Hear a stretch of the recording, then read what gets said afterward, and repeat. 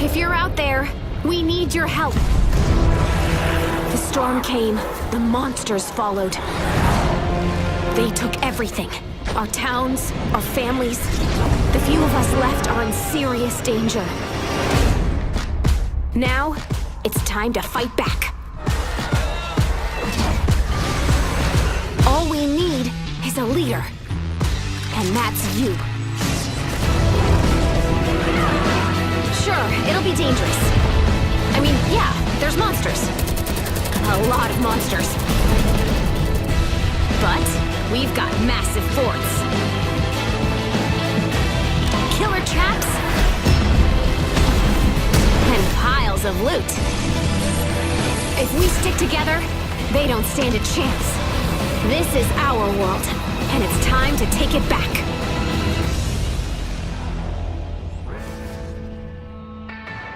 The world of Fortnite is filled with places to explore and loot to scavenge. Collect building and crafting materials while traveling across landscapes where no two are ever the same.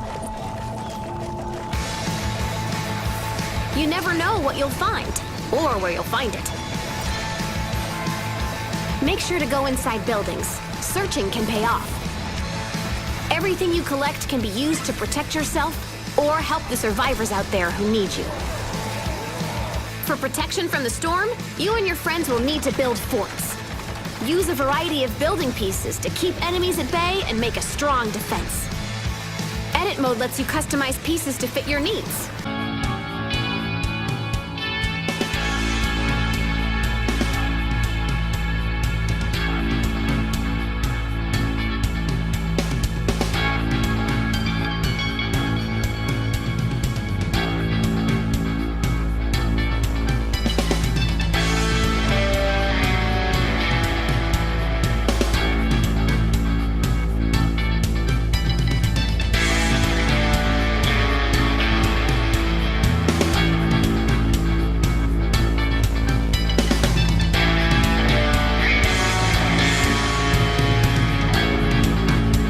For weak spots, because the enemy sees them too. Use your imagination. Build the ultimate fort and use it to withstand all the bad things the storm will throw at you. With what you've harvested, you can craft hundreds of weapons, from melee to heavy arms.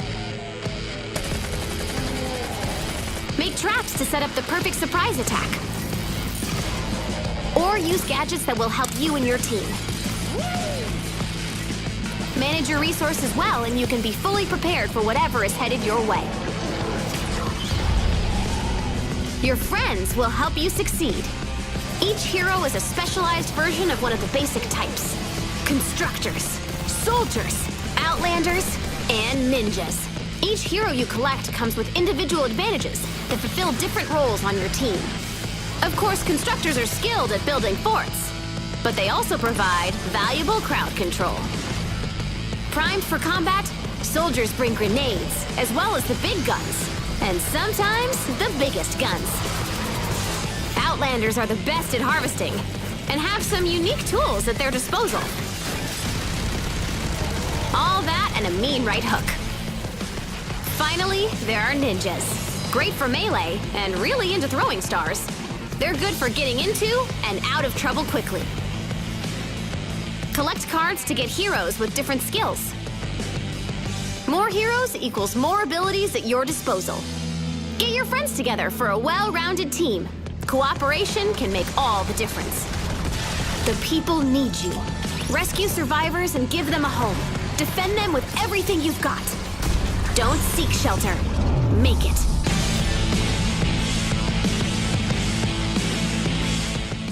Here, but also there's some new art on the siphon here that you can tell us about. Sure. Zach taunts the Outlander. Yeah, and the shredder. Look at that shredder's awesome. Look at that thing. It's not as good as my fire one, but that's okay.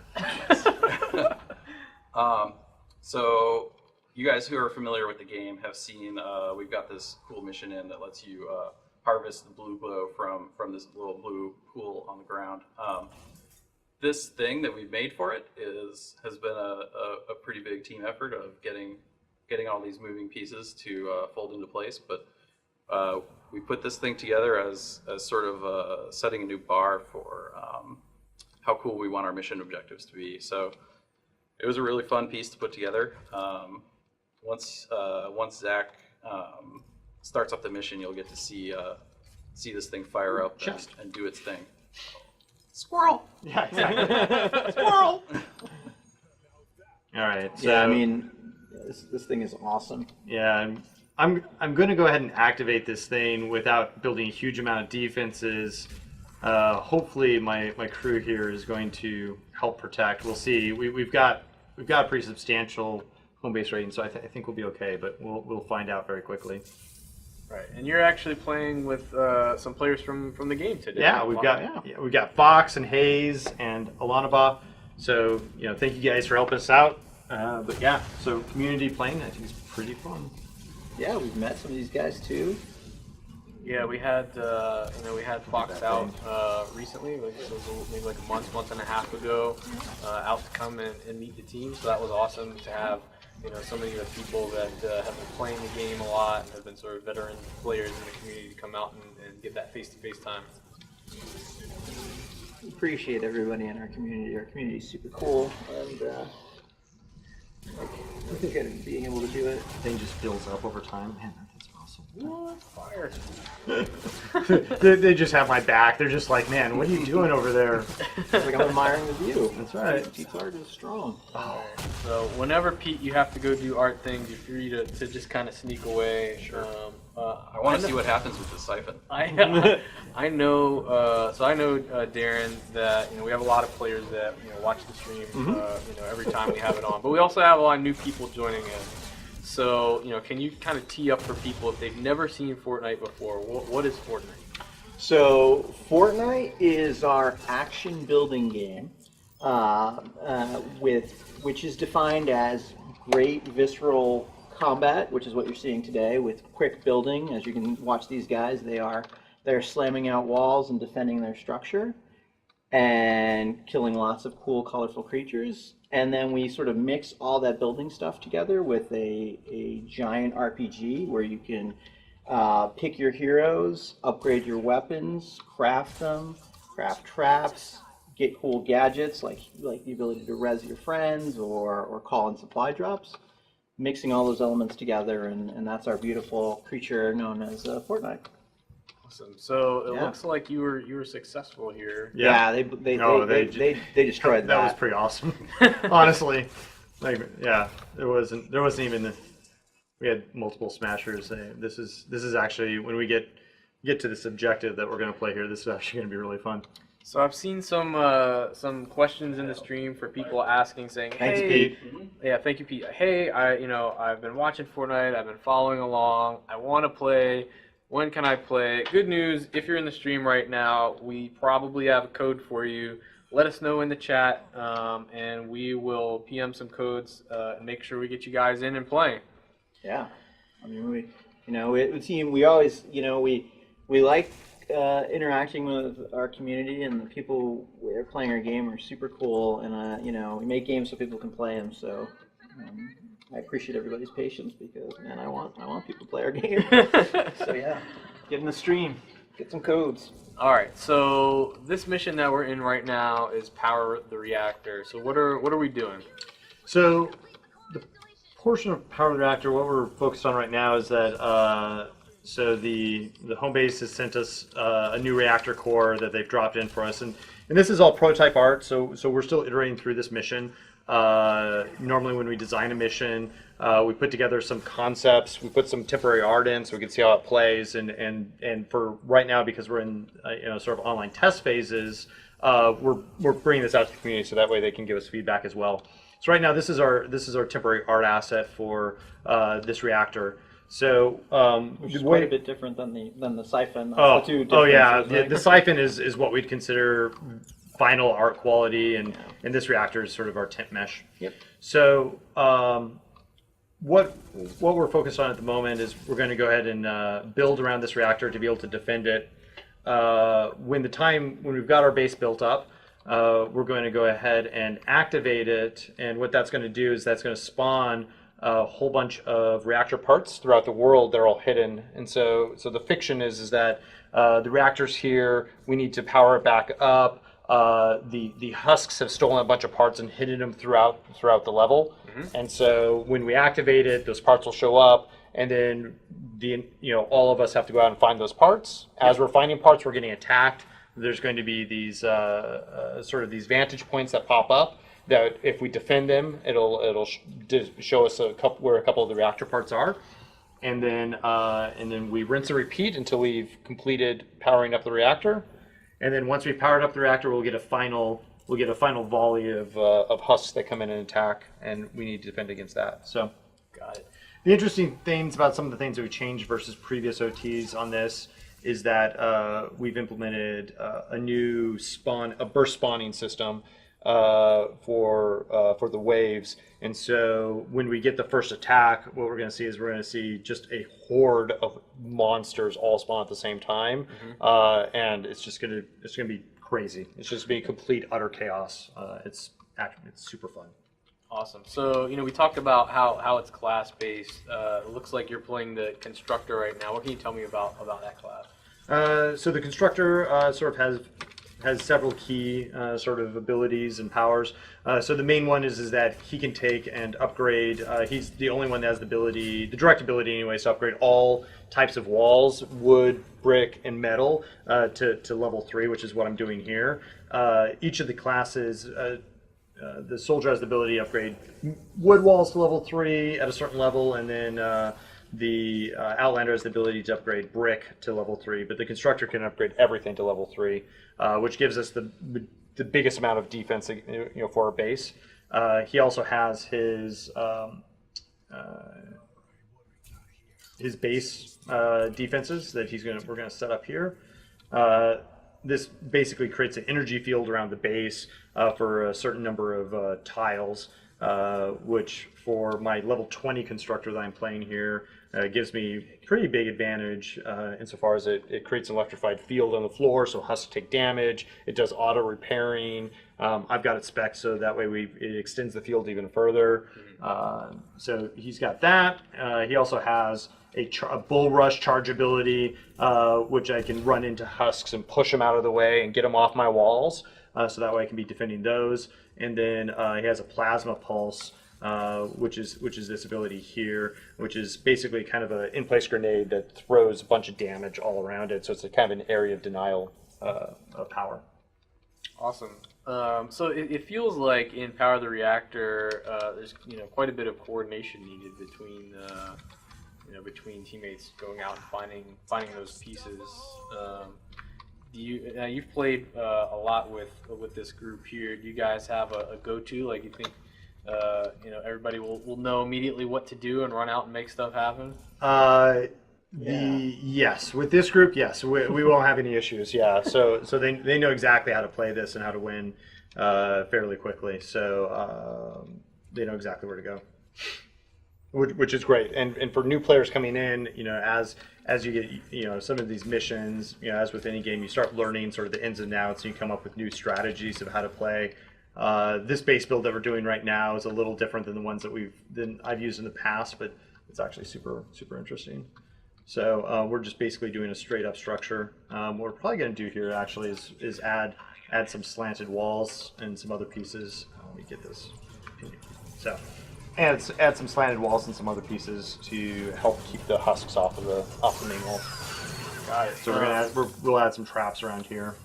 So I think these guys are letting me do the cool stuff, which I appreciate. They're like, come on, why don't you do some building here? Yeah, so let's talk about building for a minute, because you're kind of flying through it. Obviously, a very experienced builder. How does building work in Fortnite? So we have lots of husks that attack us. Just a second. Okay, so we have 4 main building pieces. So we have let me reset this back. So we have walls. So we have 3 main building materials, and I think we can see that. Yep, we have wood, brick, and metal. We have walls, we have floors, we have stairs, and we have essentially ceiling pieces, and this is a ceiling piece. each of the pieces has edit modes, so you can edit the piece, and they have different modes, so you can make different piece configurations. And so some of the configurations are invalid for certain elements, but for the most part, we've added a lot, and there's a lot of room in the system to expand it over time. And so we've selected a set that we think are interesting. So, you know, an example is that we can put a arch into a wall piece. We can make a half arch. We can make a wall with a window. We can make a wall with 2 windows. You know, we can put a door in. We can put a door in the middle. So we have a lot of configuration, a lot of customization that we can do within the system. It feels like a big part of that intent is to be able to do it obviously very quickly. You know, get up a structure. Yes, and Fortnite is especially during battle. There's definitely an expectation that you're able to make very fast choices about certain building configurations, and be able to respond to husks and the way the zombies are attacking you, to be able to defend against them in the moment. Yeah, it's one of the interesting things that we see when new people play. They sort of understand the 4 proto pieces, but then over time people learn like, oh, I can actually change, you know, into create stairs that are switchback stairs, or you know, any of the pieces that Zach was just showing off with the arches. Just those are the things that we're going to do that advanced players can build. And man, when I watch people playing, the elder players are like, the things that they can do quickly in a fight is amazing. So that's been one of the things we've tried to do as a guiding principle for Fortnite, is maintain the ability to sort of build quickly, and sometimes under duress. Definitely under duress. And so along with, you know, sort of our building pieces, we also have traps. And so and the point of traps primarily is to damage husks or to move them around the map. And so one of the things I'm going to do here is we've got a jump trap that I've just equipped. And so we're going to put some jump traps here next to the walls, so that way we can push the husks off the walls as they come up to attack us. And then in this case, we're actually going to be able to push them down off the ramp. So. Right. That's going to be fun to watch. Yeah. And so the other thing we're going to find out here pretty fast is that we won't know what direction they initially spawn from. So this is one of the maps where when we need to defend this, when they attack, it's going to let us know where they're coming from, but it's right before they attack. So as we're building and prepping the space, we actually have to prep from all directions.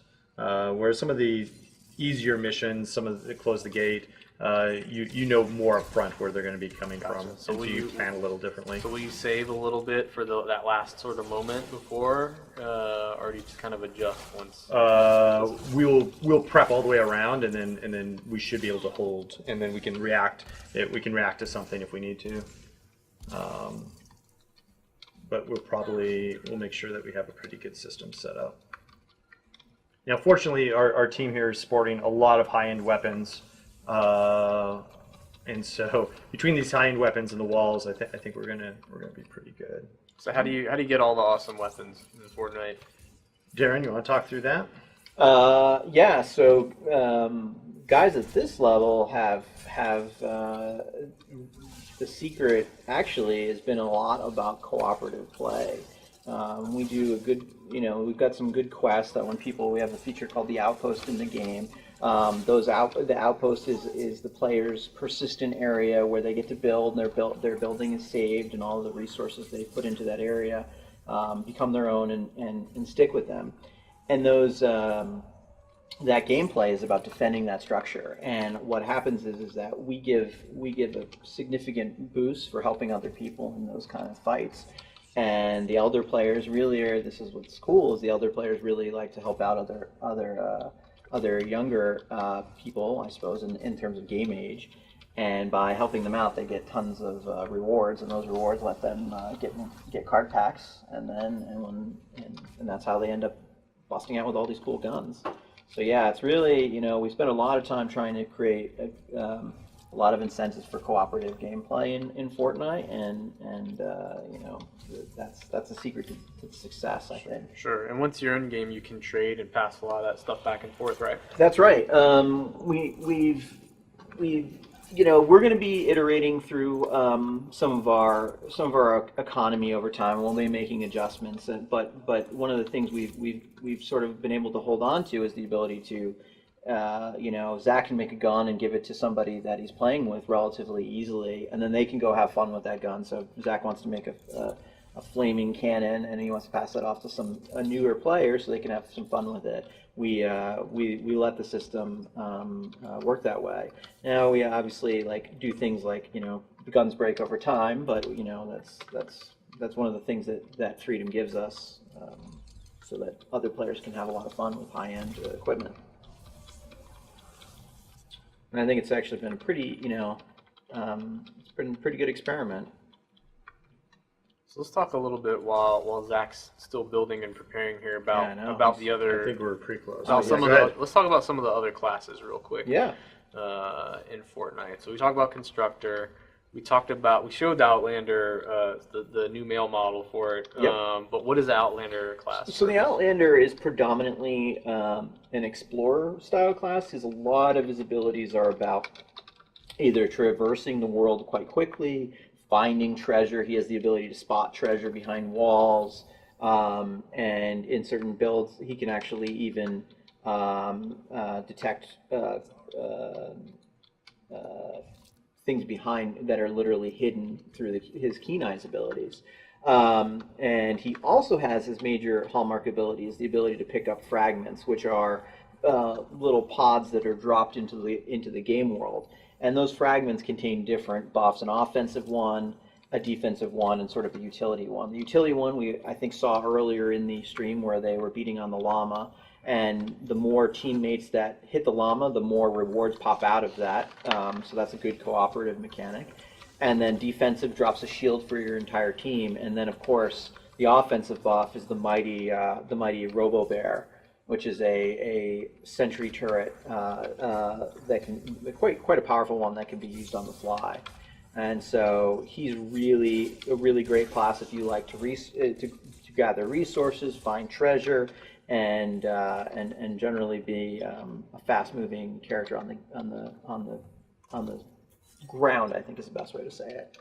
And then we have our ninja, which is our melee specialist, and he is your base-to-base fighter. He's really good at delivering melee damage. He has abilities like smoke bomb, which deals damage to enemies in a radius if he gets overwhelmed. He has a double jump ability, which allows him to be a masterful sort of character that can move from tops of buildings to tops of buildings.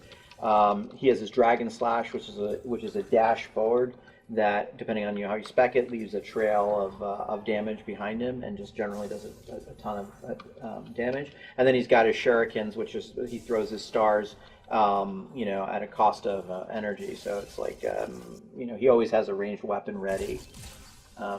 And then Zach already went over the constructor, and then we have the soldier, and the soldier is sort of the master of ranged combat.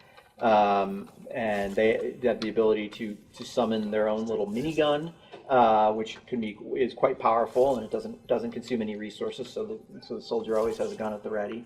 They have grenades, which is exactly what you'd expect, which is AOE damage. And then they have a pushback, which basically, if the soldier gets overwhelmed, it drops a little device that pushes all the enemies back and deals some damage. So it keeps him at the ability to stay at range. All right, so we're going to go ahead and activate this. You guys are looking good. Yeah. Fire it up.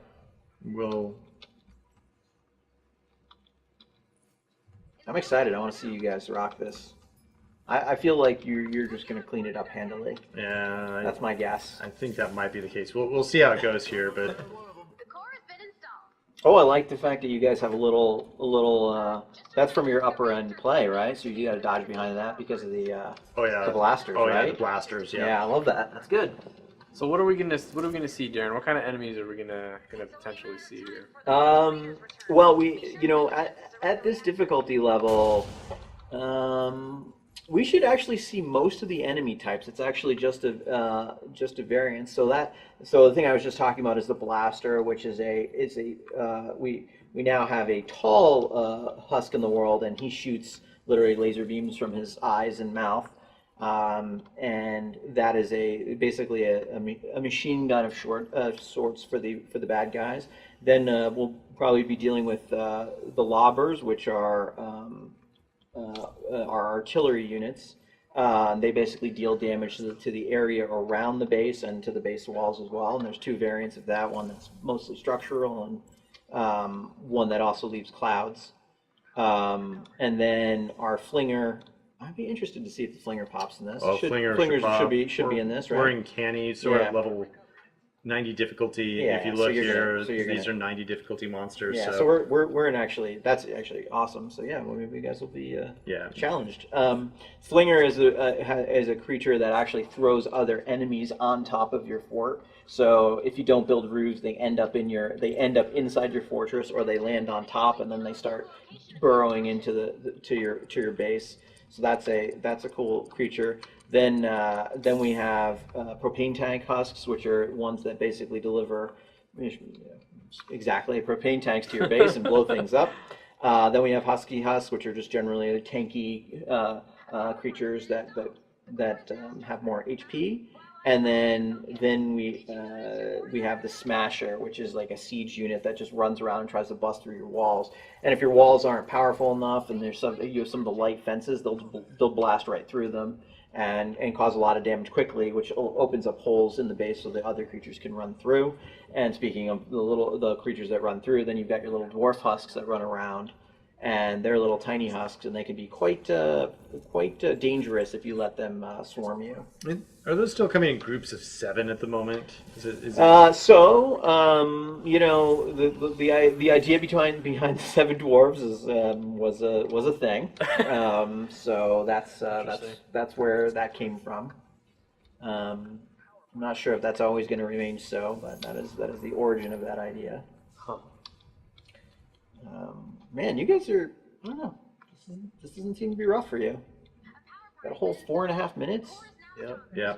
Good so far. So if you're in the chat, people are asking about a couple of things. Yeah. Codes, definitely are giving as many codes in the chat as possible. I know a lot of you want them, and we're PMing them to you. So if you're not seeing us type codes into the chat, that's why we want to PM them to each individual person if we can.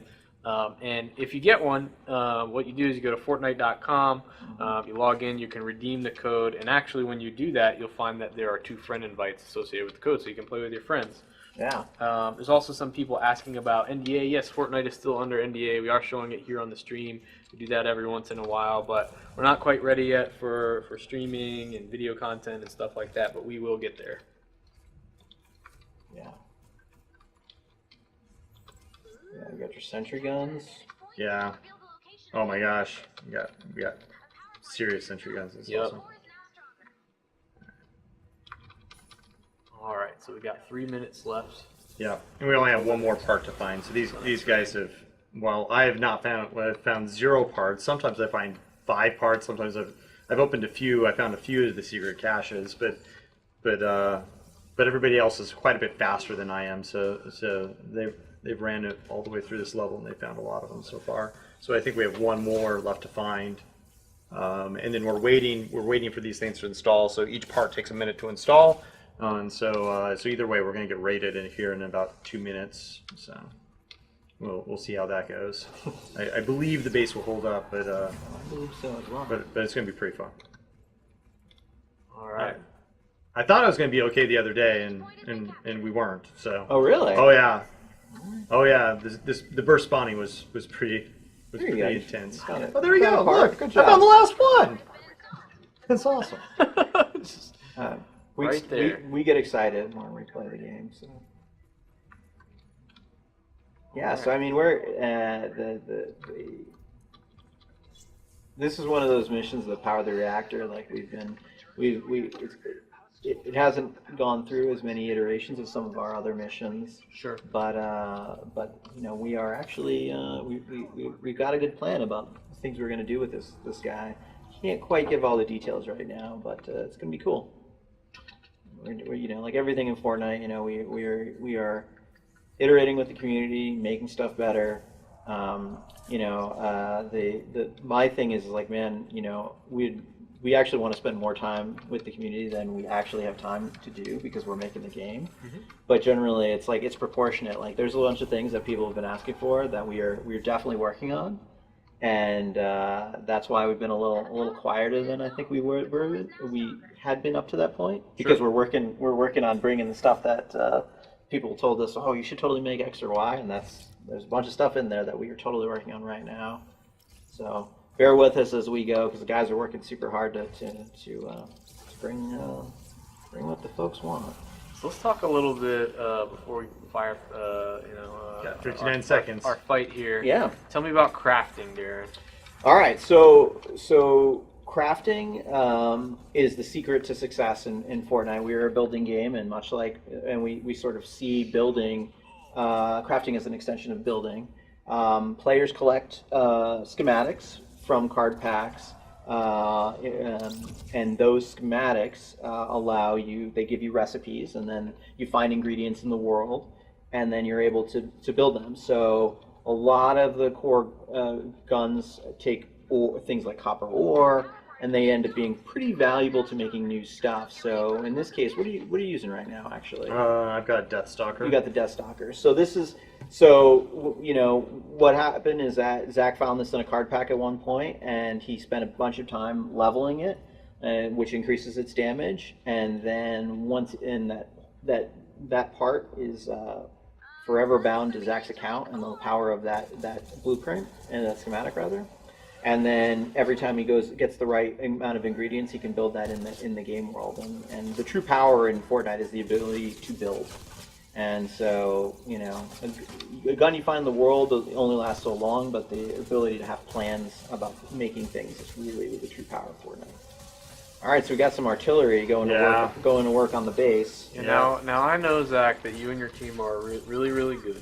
You're probably going to get through this. You're going to win, but I understand that should you die, that will happen in a way that's different than it's happened in the past. That is true. In fact, we could probably show off some of that too. Oh look! Yeah. Man, you just Wiping the floor that with that guy. That was some combination of those guys down there too. And so right now, my main goal, by the way, is what I'm trying to do is just keep these artillery down. So the making sure the lobbers. So you see that guy up there? Yeah. Likely the result of the lobber throwing him up there. That's right. That's exactly what happened. So that is the back in the even in the early days of Fortnite and our combat explorations, this example of we wanted to give the people. I want to be a sniper, and how do I contribute in this game? It's you build a giant tower so you can see the whole battlefield, and then you take out your scope and you start picking away. And snipers are very powerful against the artillery, and that actually helps your base tremendously because they just destroy them. And then you may ask okay, what is the ninja's role if he's super fast? Well, some of our creatures, the flinger specifically, is not necessarily best destroyed with a sniper rifle, and the ninja's job is to go out there and clean house on those guys. But yeah, man, this team is strong. This is as I always amaze. Zach's playing with a lot of the elder members of our community, so they're just taking this encounter apart. And I want to see you guys play at the top end. Yeah, entwine or something. Yeah. I keep seeing that alert come up. The storm contains lightning enemies. What does that mean? Yeah. So we have the way our encounter systems work is that we have different elemental types of enemies. We want to give the players some feedback about, hey, what type of enemy is coming on board, coming next, and that's our way of messaging. It's a little bit less elegant than probably we would like, but but we're hoping it's clear. So we're gonna keep evolving that, and like I said, the elemental exchanges. What's your go-to weapon against lightning enemies? You know what? I think I've got an energy rifle someplace in here. So normally what I do is energy. Okay. My shredder is a fire, has incendiary rounds, so it's not effective against lightning. Yep. So you're changing up. Yeah. So that's actually what I was just looking at. I think the The Death Stalker I was using is pretty good too. For some reason, our search isn't coming up with that. It's interesting. Got a question in the chat Yeah. about the enemy waves. You know, do they scale up based on, you know, the number of players that are in your party? How does that happen in Fortnite? So, our general philosophy, I want to start by saying our general philosophy is it's always better to have more people. In a world where it doesn't feel that way, we're going to keep making it so it feels that way. You know, we want to attain that. Sometimes that's not the case, but we want the ability to have more players always be good. We do scale a small amount of enemies getting increased when there's more people in the thing. There's the Robo Bear going to work on the thing. Again, that's sort of a proto match where we're going to make a more awesome one. But I already think he's awesome. So, awesome. So that's the Outlander ability. It's actually one of my favorite abilities in the game right now. Oh man, that was the ninja. That was awesome. The ninja just took out with like his dragon slash a whole line of enemies. Sorry about that. So yeah, so we want to have it be cooperative is the name of the game, and so our hope is that every time you join with another group, another player, your powers stack together. You get more HP, you deal more damage. It's just the home bases stacked together, and that's sort of the guiding philosophy of Fortnite. So generally, the hope is that more people is where you want to be. We're still tuning some of the things. Sometimes, every now and again, we make a tuning step and we end up with more creatures than we'd like in a given group game. But it always should be an advantage to have people in Fortnite. Now, one of the reasons why we did that is that we found out back in the day that if we didn't scale at all, it was a little bit less action for people to shoot at, so we had to make some concessions there. So Zach is gonna there it is. Gonna die to the husks here. Killer name. That's neat. Yep. So Zach has gone man down. His team could go help him. They're thinking about it. Thinking about it. I'm trying. Okay. Or in that case, and that's again another cooperative mechanic.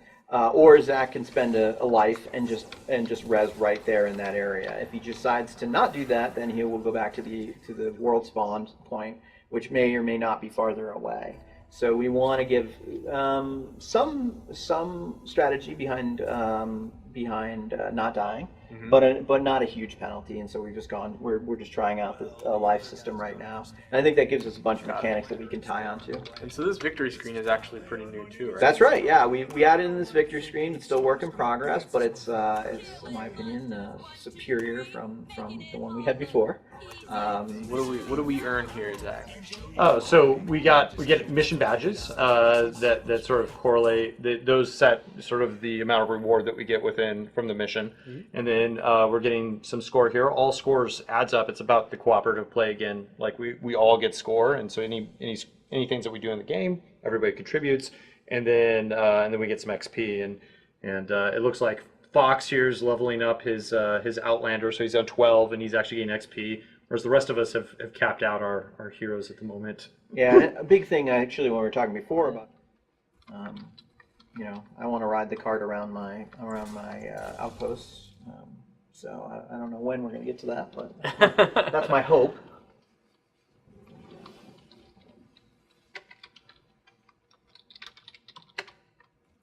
All right. So first step here is we're going to need to find the objective, I think. So we're going to run around here really quick, look at our map, figure out where we're at.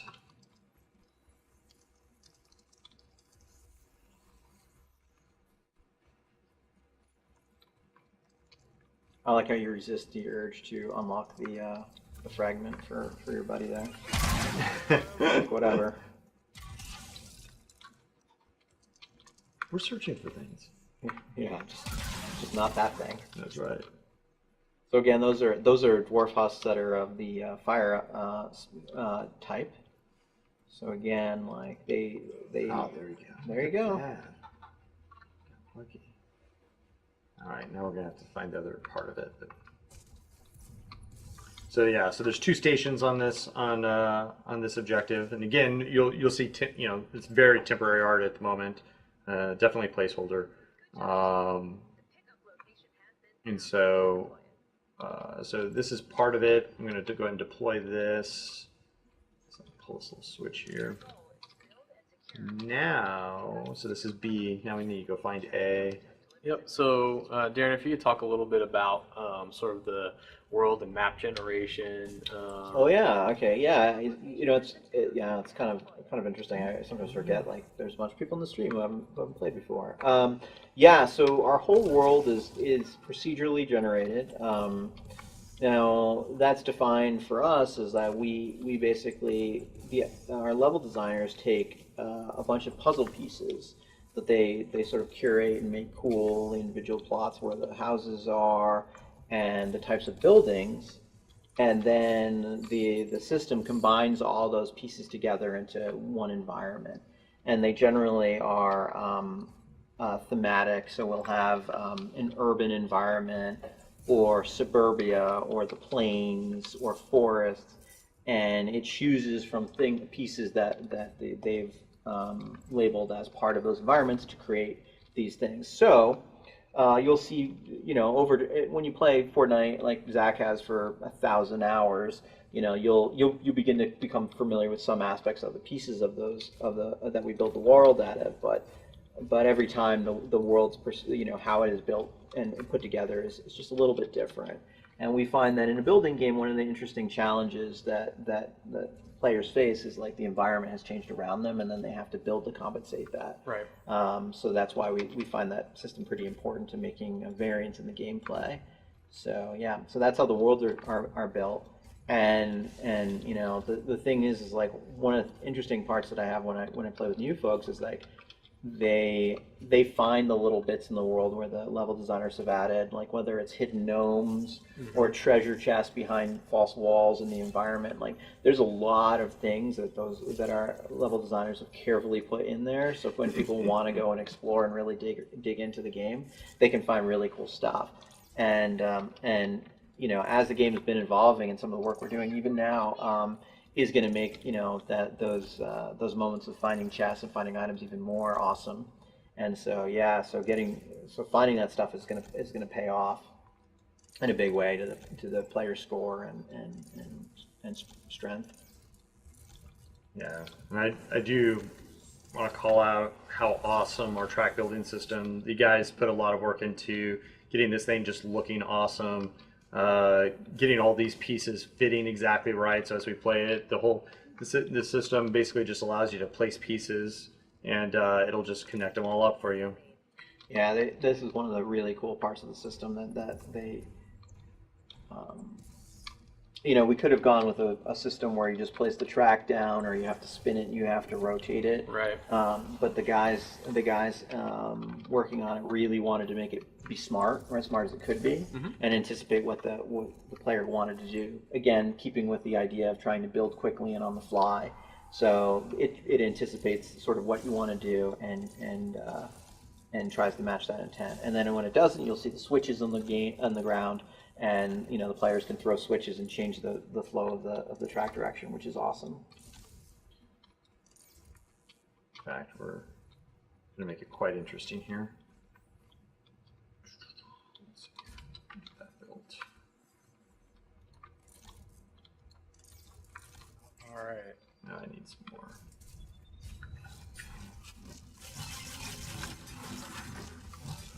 You gonna push me to start this thing up? Is that what you're doing? I'm not gonna push you. You're not. Are you not? You're not ready yet? No, not ready yet. I see you're still building tracks, so I'm gonna assume that you need more time. Just a little. No, we're not. We're getting there. We're getting there. We're not in a hurry at all. So it's a little bit of a complicated system here, but it should be pretty fun. But that's what's interesting yeah. about the procedural generation, right? Is you don't know exactly what you're going to get. You know, obviously you've got you know, different terrain here and stuff that you've got to think about. Yep, and then you know how the enemies interact with it. You can see their strategy a little bit. Like they're like, well, we've got to put roofs to protect the track because we know we're going to end up with artillery that's going to rain down on it. So it becomes an exercise of like, how do you defend against the creature types we have in the game currently, and then over time we'll be adding more and more that will ask questions of our players. That's sort of how designers talk about it. It's like, what are the question that this creature is asking of the player, and like what's their answer to feel smart and accomplished. So the current things are like, oh well, artillery asks hey, we better put roofs on this thing, or the ability to, what happens if a propane tank comes up to this, what do we do? Yeah.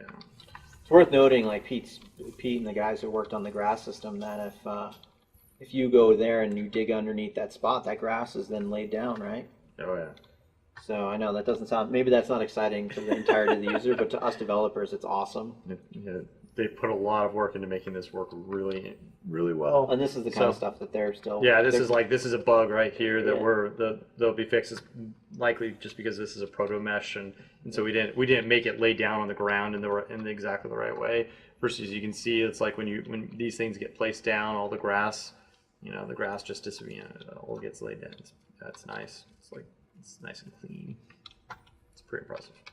So then we can even break this panel up, and now we've mowed it all up. That's pretty cool. Now just wait till we have it growing back, and then it'll flower. That'd be hilarious. Yeah. We'll be there eventually, no doubt. All right, let's see here.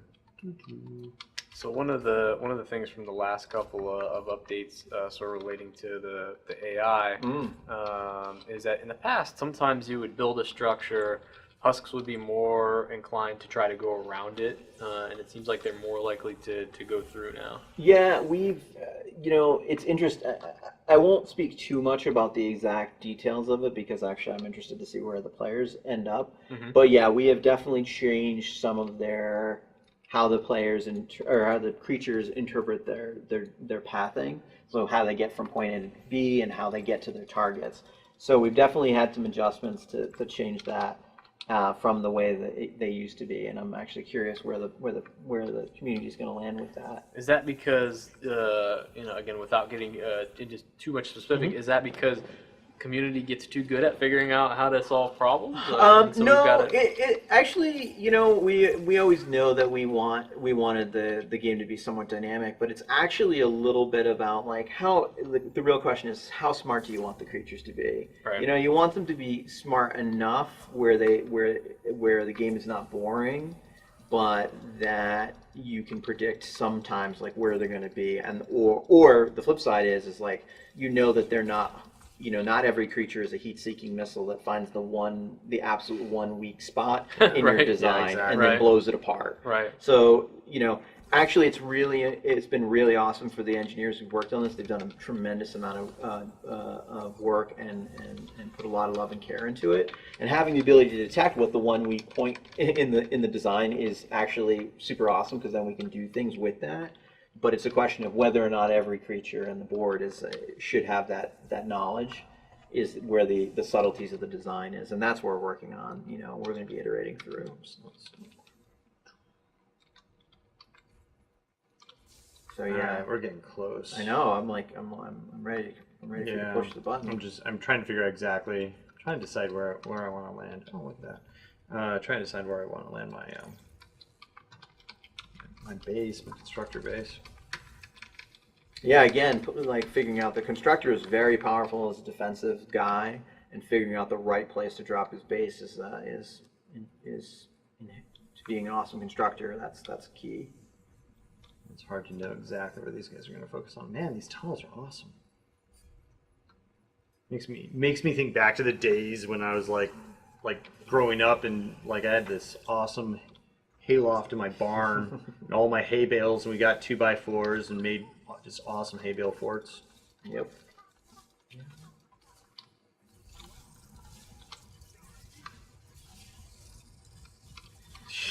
This isn't a new thing, but it's always interesting. I'm actually always interested in where the players are. Like we've got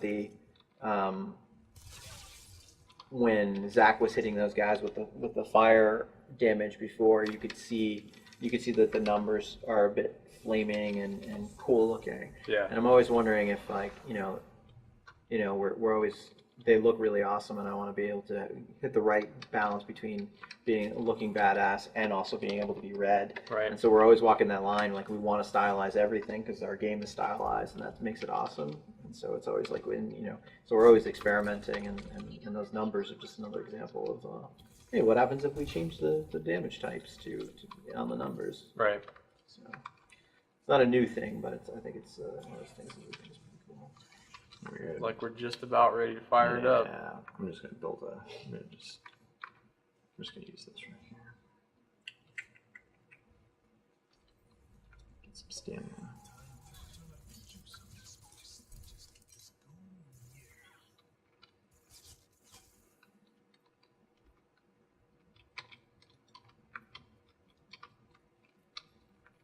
Connect this up a little bit so that way we get my base power kind of moving throughout the system.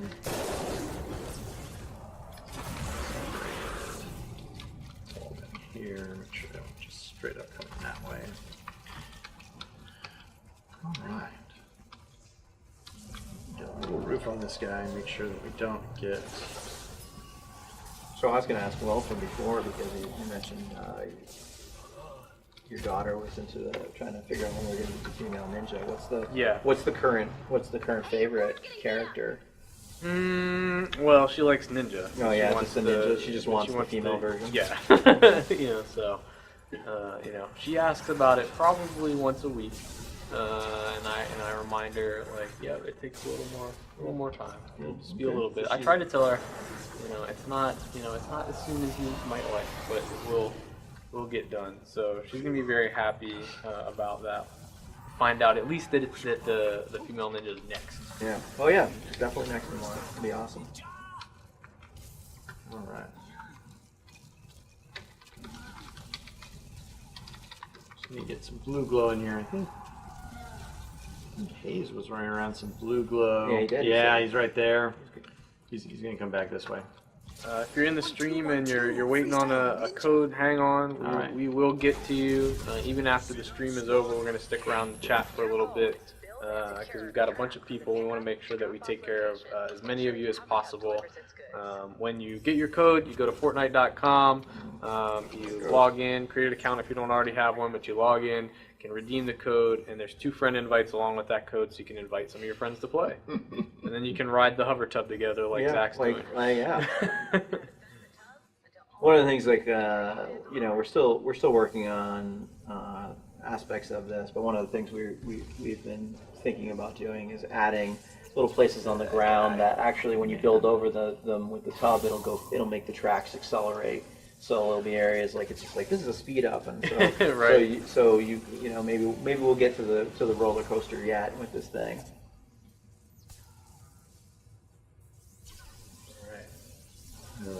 All these enemies. Yeah, there's a whole bunches of dudes. Oh my gosh. We'll see how this goes. I do like how you guys are like, you guys start the mission with just like, hey, we're cool, we're inside the tunnel. We're just gonna ride. It's gonna be fine. Yeah, make sure this goes the right way. Wait and see, that could have ended up going the wrong way. You make sure it comes through here. Alright. So we're gonna have to defend it here for a second. This is where I got my base set up so that way we can...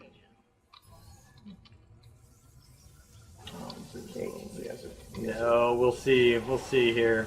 Now, I think if I remember correctly, the last time we streamed and we showed off this mission, you had I want to say, Darren, I think it was you that mentioned that there was like a record of how many times the hover tub had gone back and forth. Yeah, well, I think it was, Zach was talking about that there is a far upper limit, I will say, to how many times you can get back and forth, and to get a high-end badge. And I actually am not sure what it's actually set at, but not sure if it's actually attainable. Was the conversation last time? That's right. And then it quickly got 3 PMs from several players. I was gonna say, that sounds like a challenge, yeah, right? Yeah. They were like, I did that. Exactly. And they're like super excited about it. Yeah. Oh man. This guy taken out. Nice. Did you just one-shot that dude? Perhaps. Oh, all right. Perhaps. So, but you can see, so you can see that we've got some crazy guys going on here. They're all over the place. You know, it might seem safe in my tunnels, the tunnels that we've created here. It is in fact outside, it can't be that not safe. It can't be that safe if you're having to repair them. That means something's happening. Oh, of course you can did we see just take it the wrong way? Oh no! Okay, reverse this thing. Come on, go back this way. Yeah, I mean you can Yeah, see you gotta wait. You gotta let it get back. Yeah, There we go. You can see the amount of husks there on the radar. Yeah, they're all back there. Oh, somebody's in the tunnel. Yeah, so that was that pushback right there. The commando just shoved him back. Yep. Got him off of us, which was great. Very nice play. I can't quite get it up there. Yeah, you're not quite high Jump enough. out here.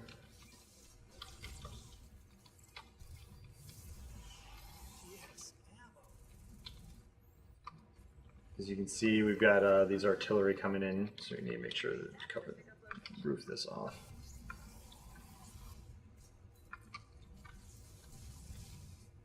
All right. So there's a huge line of guys right to your right there, buddy. Oh yeah. Oh, that wow. was not good. Just throwing it out there. Yeah. Oh. Yeah, the tunnel is no longer safe. Safe, yeah. Yeah, that was an interesting choice there. So there's the commando. He's busting out his skill. He's got his little minigun. He's trying to chew up the creatures as they come down the hallway. We always, one of the things we talk about in, our game is super fun and stylized, but we still have that conversation about the old Aliens movie with the guy with the giant chain gun who's like grinding up the creatures as they're walking down. Look how close that was. Oh yeah, that was not good. I don't know what I did there. They're like, "What are you doing?"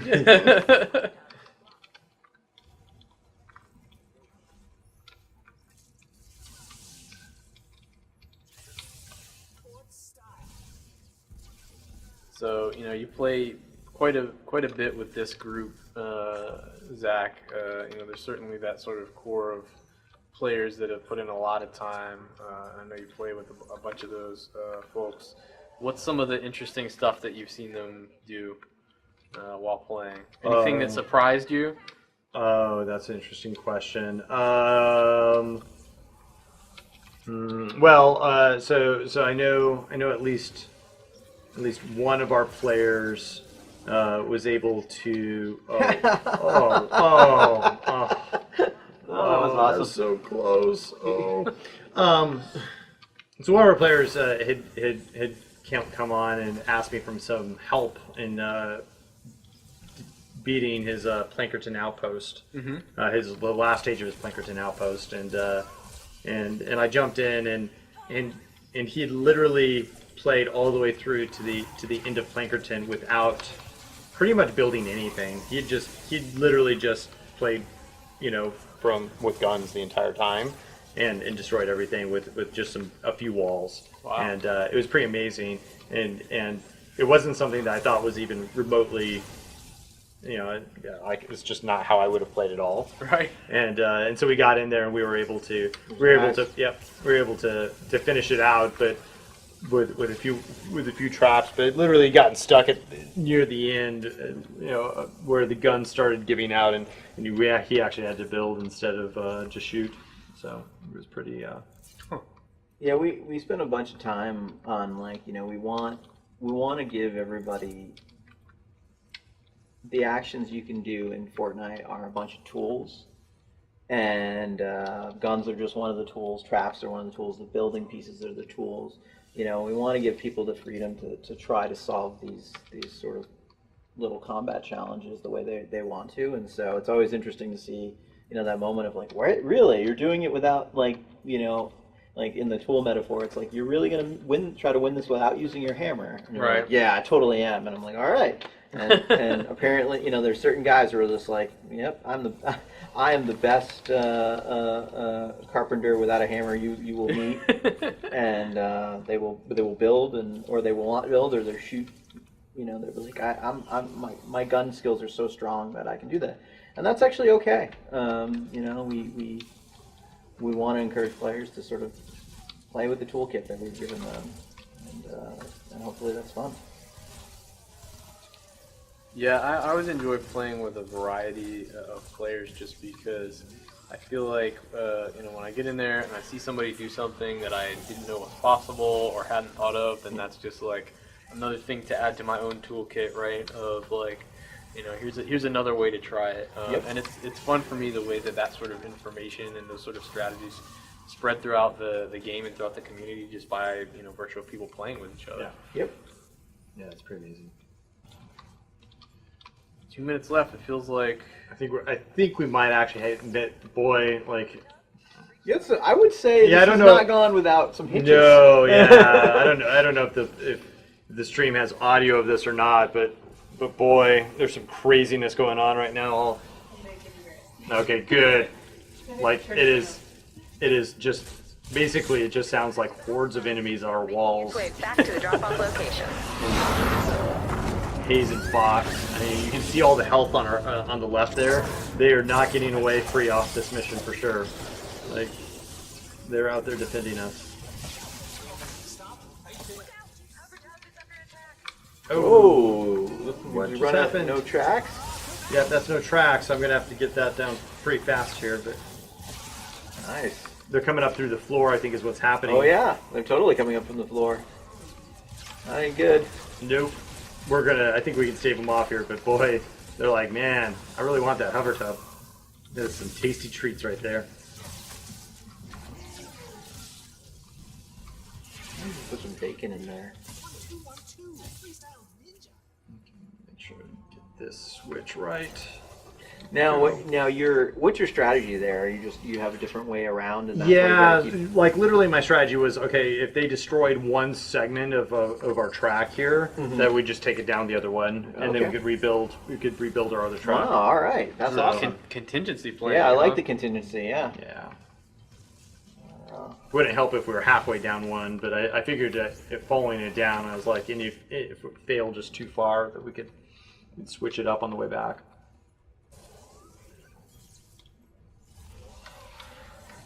And again, you're using your constructor ability to level up these walls. Can't quite get it up to the third tier though, right? Because you can't spend enough time. Yeah, I know I don't quite have enough resources either. Yeah. This is a pretty hefty build. Awesome. Got a little gold badge there. To check out. We did. Yes. It's almost like I willed it. As if on cue. Yes. This is not what I expected at all. This looks way different than what I had in my head. Yeah, after I just said all that. So Yeah. these worlds are procedurally, like I mentioned, procedurally generated. One of our big first things we wanted to do was to make a procedurally generated world that looked awesome. Like it didn't look like a world that was like randomly Generic and randomly produced for you. And what you're seeing right now, these are some of our classes, our different classes, and those are trap fortifications. So like I said, everything in FORTNITE can be built and crafted. So you have to uncover the ability to build these traps, and then you find the parts in the world in order to actually build them. So how big are these maps, and how many people can play on the maps, and can they communicate in game and stuff? Yes. So right now, FORTNITE is a 4-person co-op game, but we also have a PvP. Well, we've got a whole bunch. So we built FORTNITE as like this living game, like this living world, like I described. Mm-hmm. The thing that's the most done right now is our 4-player co-op, but we've got 5v5 PvP, which is like completely mind-blowing because if you can imagine like rebuilding your world, like, you know, like you're building your base, you're building your fortifications, you're also like shooting people and like put enemies spawn into the world. Protecting your spread, right? Yeah. Exactly, and the interplay of go back.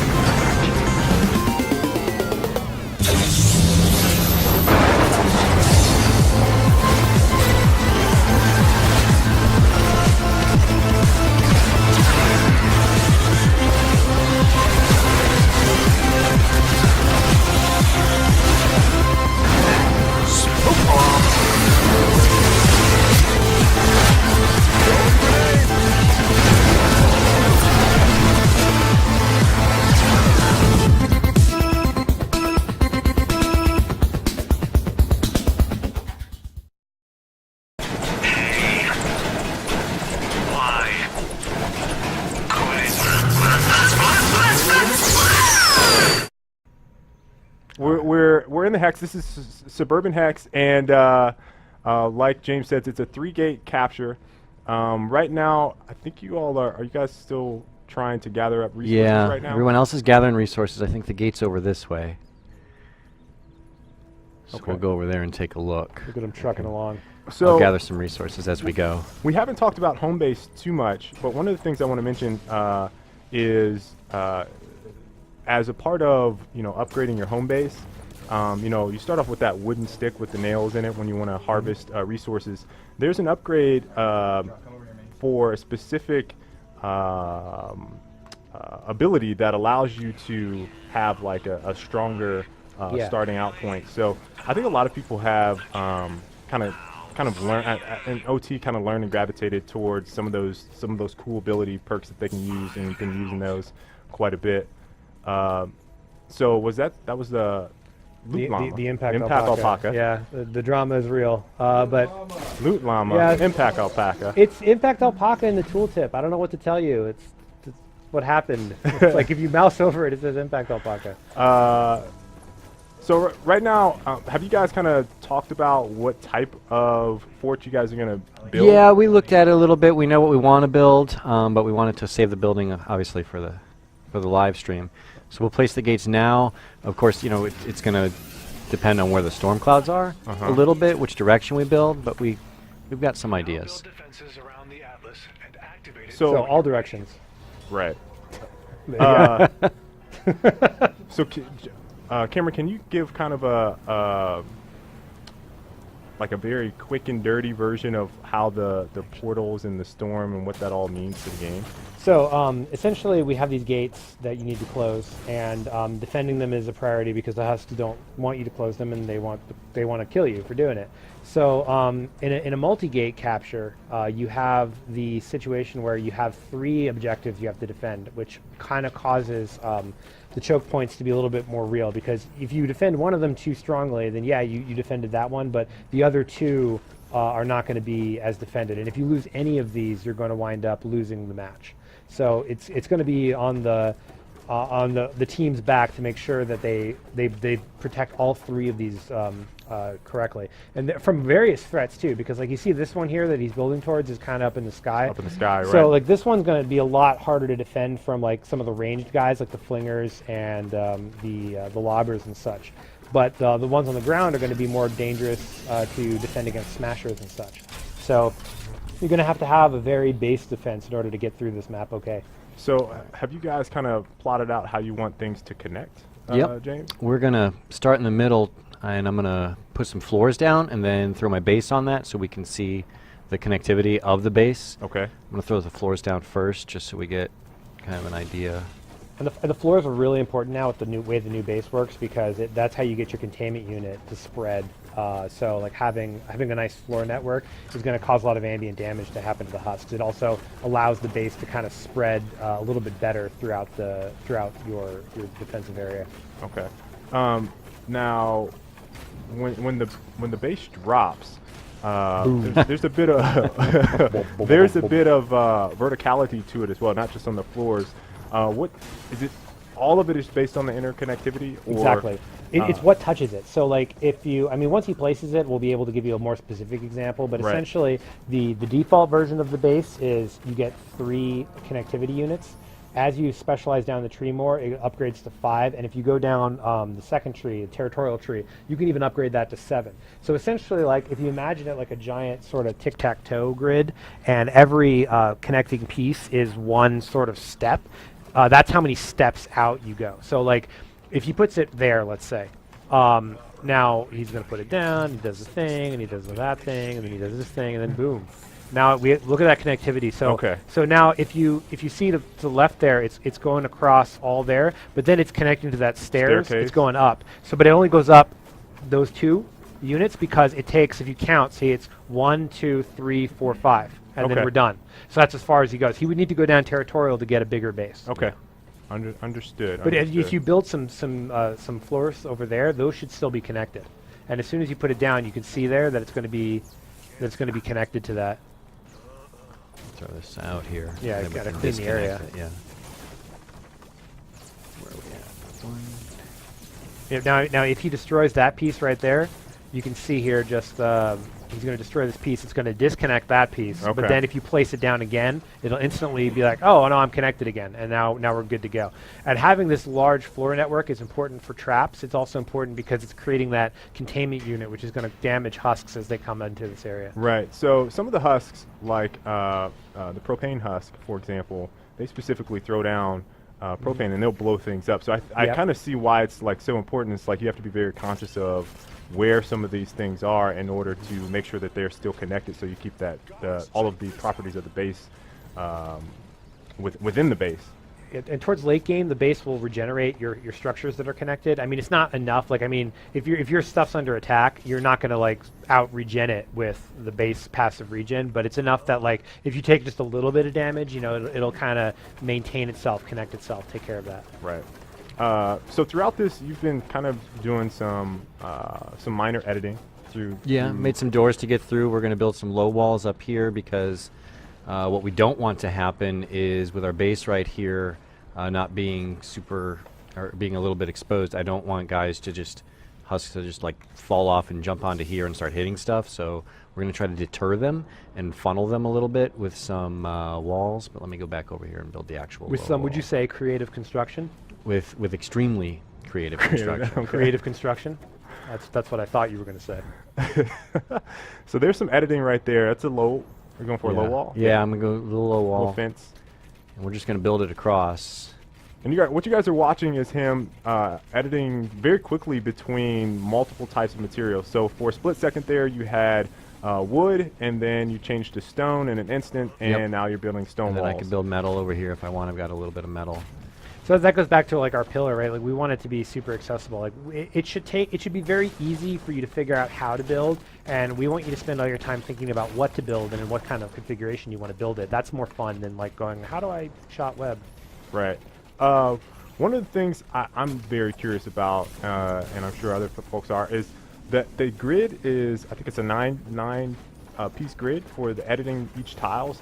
How did you guys, like, what was the decision making for? It was just like, this makes sense and this is the easiest? So that actually predates me. I'm going to give a shout out to my good friend and comrade, William T. Bramer, Esquire III, who would probably be the best person to ask that question to.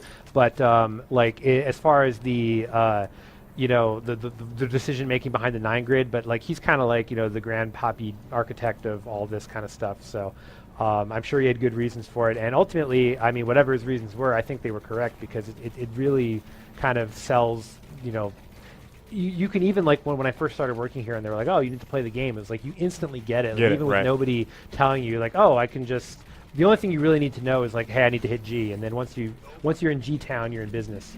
The business of building, the business of creative construction. Do you guys have any more wood? I need to place a little path down here for these guys to come down so we can lay traps and stuff. Hey! That would be great. Thank you. Oh, wow. Look what they've done up there. Oh, I see there's a sky bridge up there up top. Don't you have recycling? Shouldn't you check your base? Oh, I've been checking periodically. Yeah, look, you can see right there. You got some stuff going on. Some metal. Some look at that. Thank you, sir. Now there's several ways. I think we kind of get this question on and off during OT. Is can you trade with folks some resources within the game if you're low on resources? That was a good example there. So you had was that Jeff that came over and dropped off some wood for you. You can do it that way, and he can also drag and drop it into your name, and it'll actually show up as like a little present icon within the UI. So can I just call out something over here? If you go to a little bit to your left, James, why don't you do the F2, the good old F2 trick up there? If you go underneath, someone's done it already. Someone's already done it. Man, the floor over the roof. But what we have is, you could do another one though next to it just to showcase how cool that is. So one of the things that people don't realize, you can actually build these. I call these F2 roofs or roofs. I'm not sure which, and then you can F4 from underneath it, which gives you some added, just put that right on top. See there? That's super critical for like when it's late game and the flingers are kind of destroying your base and they're coming from up top and you need to just throw up some quick defense. You can totally do that with a little F2, F4 action.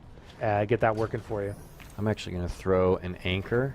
One thing that we found that's pretty effective with floating gates is, as a lot of people might know, if you destroy the base, the gate dies, right? So if the husks come by and take all the anchors away, your gate is done. Your gate is done, right. So what we'll do a lot of times is, and this might take more resources than I have, hopefully it doesn't. And hopefully I can lay a floor down from somewhere over here.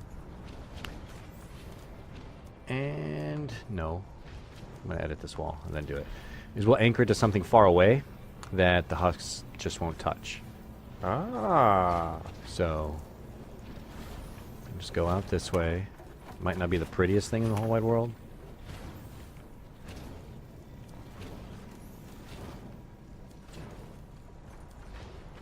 You got cool looking stairs. That's pretty legit.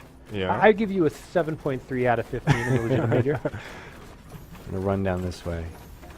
And so you're gonna connect it to the this building house. over here? Okay. Absolutely. That tree's totally in the way. Yeah. We're gonna have to hit this guy. You're gonna have to hit the tree. Turn away, Greenpeace. All right, here we go. And we're connected. So now, not only do they have to take down all those other ramps, but they'd have to take down this whole house, which is far away, and they probably won't go for it. Right. Oh, that makes sense. That's some next level strategy right there, for sure. So, have you guys plotted out who's defending what? No, we haven't, because we didn't know where everything was going to come from. Okay. At this point, though, I think we're pretty built up, minus quick kill corridor down the south side. You got to make sure you double up wherever Dom is. As long as he can actually stay in the game, we'll be okay. Is Dom the weak link? I don't think that's fair. I think Dom is. I don't know if that's the case. Yeah, I think Dom is a baller. Dude, is he a baller? I think so. I'm not sure about that, dude. You know how I seriously I take the use of the term baller. Yes, I feel it's fair. All right. All right. So I think are we about ready for this? Why don't you put some traps down? I'm going to. The people demand traps. Cameron, thank you so much For what? for reminding me to do traps. Traps. Yeah. Well, the people demanded it. Oh. It wasn't me. It was So the people. I kind of see how you guys have had like. Are you attempting to kind of funnel there with like the, or Yeah. is it for easy access? Well, it's both, right? I mean, we want them to go where we want them to go, so we want to funnel them, but we don't want to have to run around a ton so that we don't get to defensible areas quickly. Okay. It's always it's like you're kind of balancing how accessible is my base versus how easy it is, because obviously the harder it is for other people to get in, the harder it is for you to get in. So it's the classic network security conundrum. It's right. like, you know, the most secure server is one that's offline that has no way to get into. It's like, great, but now I can't use it. So Right. you do have to be able to get around to the base, because at some point somebody over there is going to scream, "Oh my God, there's a dude and he's messing up my thing," and then you need to get over here, and then you won't be able to because you made the base too impenetrable. So one of the things that we haven't seen just yet is some upgrades. So the constructor can upgrade, fortify a lot of these walls to level 3, Yeah. which is the only hero that can actually do that. The other heroes can upgrade to level 2. So Pick something quick I first. would yeah, pick something that will upgrade relatively quickly. So this wood right here is level 1. We can upgrade it to level 2, make it stronger, and then upgrade it again to level 3. And now it's Mobetta. Correct.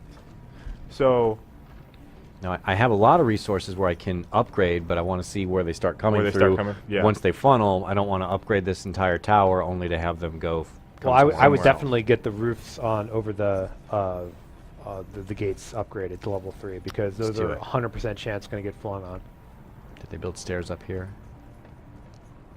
They did. I like how you talk about them like they're like this otherworldly. Well, I didn't build them, so someone else had to. Look at that. The only problem is you can't F the F4. Well, I can build up to you it. can build up to it and then go down, or you can make a jump pad. I made a couple jump pads already. Can I even do this?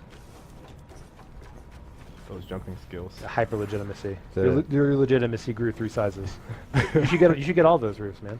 It's gonna AOE. There you go. There we go. Oh, we got a wood. The people will thank you later on. All right, let's see what this one has over it. So I'm really liking how you guys are thinking about this base. Very interconnected. Lots of easy access, walkways, balconies, staircases, winding staircases. Yeah. I don't know if we have time or if you want to try to go back and get a look at it. It's probably impressive. I think we still have some time before. It looks like some resources were dropped out there. Yeah. They were harvesting for a bit before I got in here. Look at all that wood. So we're taking a look. Let's take a look. Are you gonna I'm gonna go back up on that house. Oh yeah, you can get a nice view.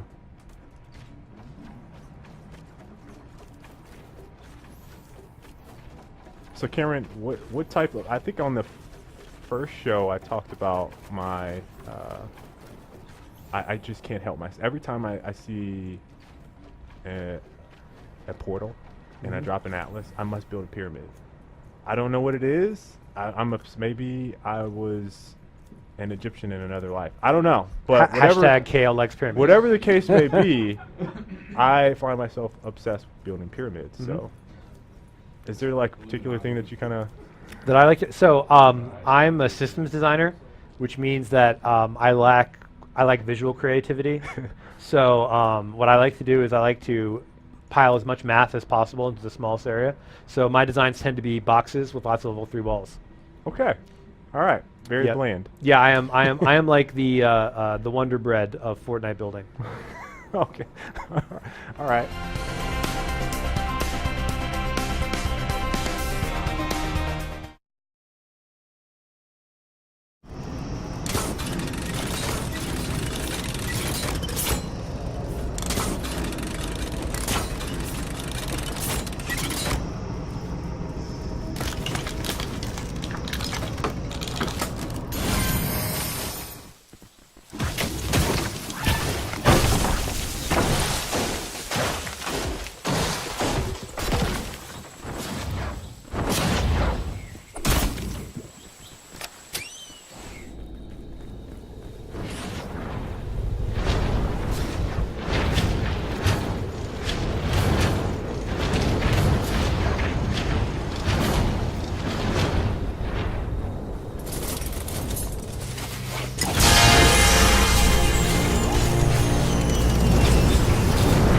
Now build defenses around the power collector, because enemies will attack it when you activate it.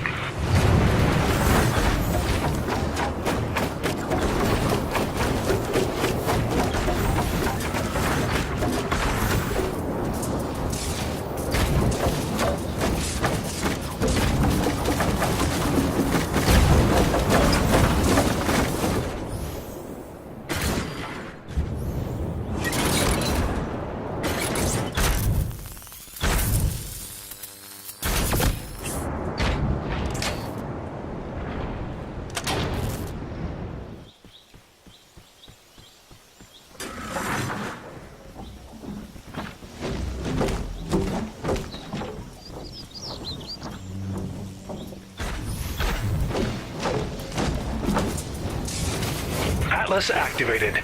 Now defend the Atlas until the gate has been closed.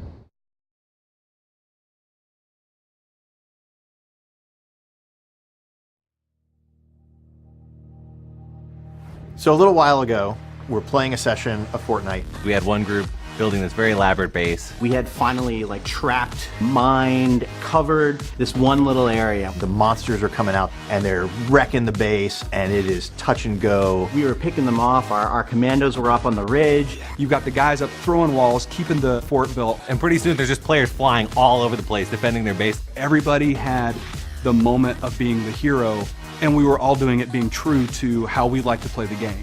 That kind of moment, that moment that makes people cheer even if they're not playing, is precisely what Fortnite is about.